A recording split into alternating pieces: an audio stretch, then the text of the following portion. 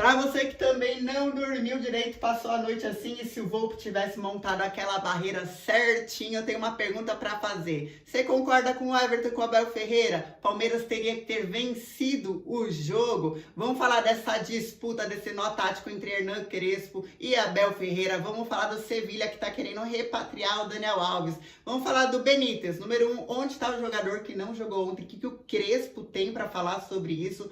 Número 2, São Paulo tá lá no STJD tentando reverter aquela expulsão que rolou contra o Furacão para ele jogar contra o Grêmio. Vamos falar de desfalques e lesões. A gente se preocupa com a Arboleda, se preocupa com o Wellington, quantos desfalques que a gente vai ter para as próximas rodadas.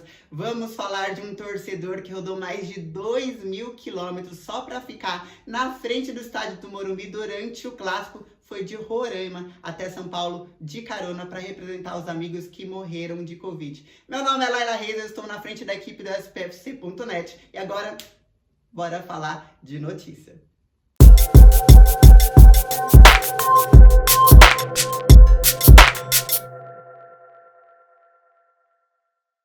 Galera, em Choque Reis, em quartas de final de Libertadores, a gente tinha muito mais do que aquela tradicional rivalidade entre São Paulo e Palmeiras em campo. A gente tinha, número 1, uma revanche da final dos paulistas pro lado deles, que estavam sentidos já.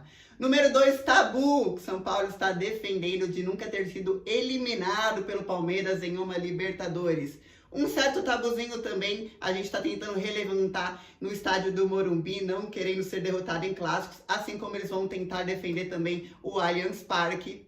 E para finalizar, a gente tem o atual campeão da Libertadores contra a tradição do Tri Mundial. Então tinha muita coisa em campo. Foi um duelo à parte de inteligência. Sabendo disso, o Crespo e o Abel Ferreira se estudaram muito durante todo esse mês, não dá para dizer durante toda essa semana, e pensaram em cada passo do que estava em campo ontem. Por um lado, Abel Ferreira já imaginava que ia encontrar uma linha com 3 zagueiros, fez toda uma marcação pressionada individual para tentar jogar no contra-ataque, quebrar essa linha de 3 zagueiros, e o Crespo surpreendeu sabendo disso, veio com uma linha de 4 zagueiros. Respondendo aquela pergunta que eu fiz no comecinho do jogo, se concorda com o Everton, se não concorda com o Abel, que falou que eles que deveriam ter vencido o jogo de ontem, eu já vou dar minha opinião, vou pedir a sua aí nos comentários. Eu discordo.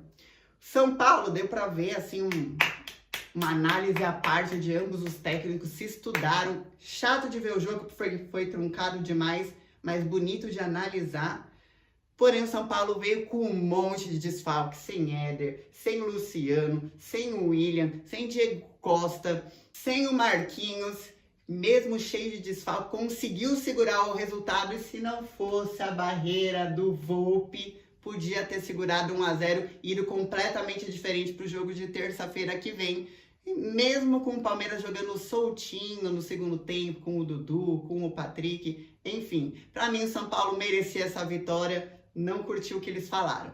Exemplo disso é que o São Paulo teve 15 finalizações contra 7 finalizações do Palmeiras. E agora já emendando um assunto no outro, e aí a gente se preocupa com o Arboleda ou se preocupa com o Wellington de ontem. O Arboleda tá voltando de uma contratura na coxa que ele sentiu lá na Copa do Brasil contra o Vasco. E aí no meio do jogo ele pediu para ser substituído porque ele falou pro Crespo que se sentia inseguro, que podia piorar a lesão. E daí entrou o Wellington no lugar dele. Depois de um tempo a gente teve o Wellington que saiu chorando. Este pode realmente preocupar, vai passar por exames, mas o Arboleda, até onde o Crespo falou, não preocupa. Galera, de um assunto pro outro também, vamos ver o que o Crespo falou do Benítez. Vocês já estão fazendo contabilidade, estão falando que tem 270 minutos que o Benítez não atua pelo São Paulo. Ele foi questionado na coletiva após jogo e falou o seguinte: por que o Benítez não estava em campo?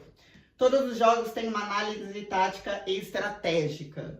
Tinha outras possibilidades e posso escolher a melhor escalação para o jogo. Nesse caso, acreditei que os outros poderiam jogar. Tem toda uma análise aí rolando nas redes sociais, em outros canais de YouTube, da galera falando que o Benítez não tinha condições físicas para aguentar essa marcação que o Crespo já imaginava muito forçada do Palmeiras e fazer o jogo fluir. Mas eu senti falta daquele passo certeiro do Benítez exatamente porque tinha essa marcação. Deixa seus comentários aí, mas o Crespo tem o meu aval. O que o Crespo acha, eu acho, o cara tirou a gente da fila, enfim. Galera, antes de fechar o assunto de Libertadores, eu quero falar sobre esse torcedor, o Carlos Henrique Rocha. Ele saiu lá de Vilhena, em Roraima, com R$ 54 no bolso, tá desempregado, falou, vou fazer essa loucura. E, eu só quero falar que, assim, que torcedor é um negócio de outro mundo, é um negócio, assim, incrível, não tenho o que falar. O cara saiu de carona, pegou carona na estrada, passou fome, passou frio, dormiu em rodoviária, falou que dormiu em posto de gasolina, os frentistas que ajudaram ele, para chegar lá no Morumbi e olhar para o estádio do Morumbi durante o clássico. E ele falou que ele fez isso representando os amigos dele que morreram de Covid e que eram fanáticos também junto com ele. Então imagina o coração desse cara, como é que não tava. Depois que ele tava 2 dias passando fome, ele postou nas redes sociais e um torcedor da Independente viu a postagem dele e aí a Independente deu abrigo para ele, deu um lugar para ele tomar banho e o convidou para fazer esse mosaico aqui. Que, aliás, primeiro mosaico que o São Paulo faz, que merece uma salva de palmas. Eu estive lá no estádio fazendo caminhada, tá muito bonito, falando em busca da 4ª Copa, vamos, e pra dar uma no Palmeiras mesmo. E aí ele tava agora com esse desafio de voltar, vamos ficar atendo nas redes sociais. Muita boa sorte pro seu retorno e volte ao Morumbi numa situação melhor. E muito lindo esse seu sonho, Carlos. Agora vamos mudar o assunto um pouco, vamos falar de Sevilha. Pois é, o Sevilha, que já teve o Daniel Alves como um dos principais jogadores na sua história, ficou bem de olho no que o Daniel Alves estava falando assim que ganhou a medalha olímpica. Tá vendo essa dívida enorme do São Paulo e aí agora tá discutindo internamente sobre repatriar o jogador. Falou, inclusive, que quer utilizar o jogador para ações de marketing, aquilo que São Paulo não estava fazendo, que uma das coisas que também mais atrai no jogador é a versatilidade dele poder ser utilizado no meio campo. Boa sorte, Sevilha, se você for contratar o Daniel Alves para ser meio campo. Muita boa sorte. Deixe seus comentários, porque agora vai começar aquela coisa. Ah, o jogador tem todo esse valor, que faz toda essa polêmica e etc. Enfim. Deixa aí nos comentários, vende ou não vende.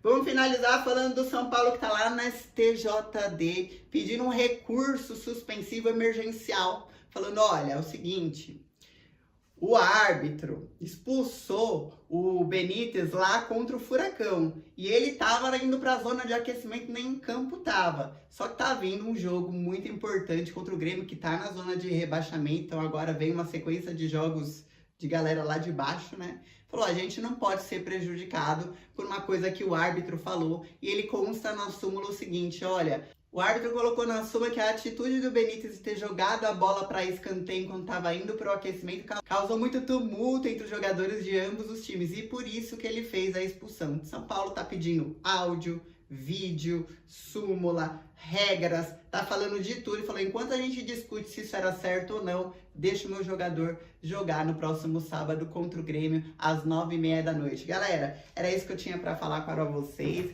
Já estou aqui, tem o jogo contra o Grêmio no sábado? Tem, mas eu não paro de pensar em terça-feira. Só quero finalizar esse vídeo perguntando para você, tem favorito? É a mesma cidade, o estádio, não tem torcida no estádio, tem favorito pro jogo de terça-feira? Coloca aí embaixo nos comentários. Grande beijo pra todo mundo.